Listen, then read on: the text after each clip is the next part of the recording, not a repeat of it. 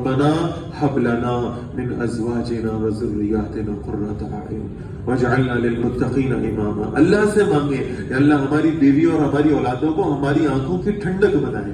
ہمارے لیے آزمائش نہ بنائیے گا, ہمارے لیے مشکل نہ بنائیے گا, ہمارے لیے فتنہ نہ بنا دیجیے گا. اللہ سے مانگے.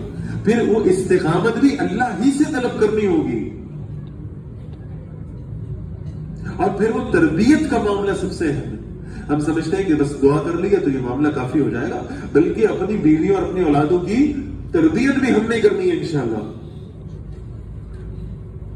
ناجائز فرمائشیں نہیں ہونی چاہیے, اللہ کے دین کی مخالفت پر مجبور بھی نہیں کرنا چاہیے, اللہ کے دین کے کام سے روکنا بھی نہیں چاہیے. یہ کون سمجھائے گا؟ یہ تربیت کی ذمہ داری اللہ نے شوہر کو دی ہے. اگر اسے قوام بنایا ہے تو پھر اسے یہ ذمہ داری بھی دی ہے کہ تم اپنی بیوی اور اولادوں کی تربیت کرو.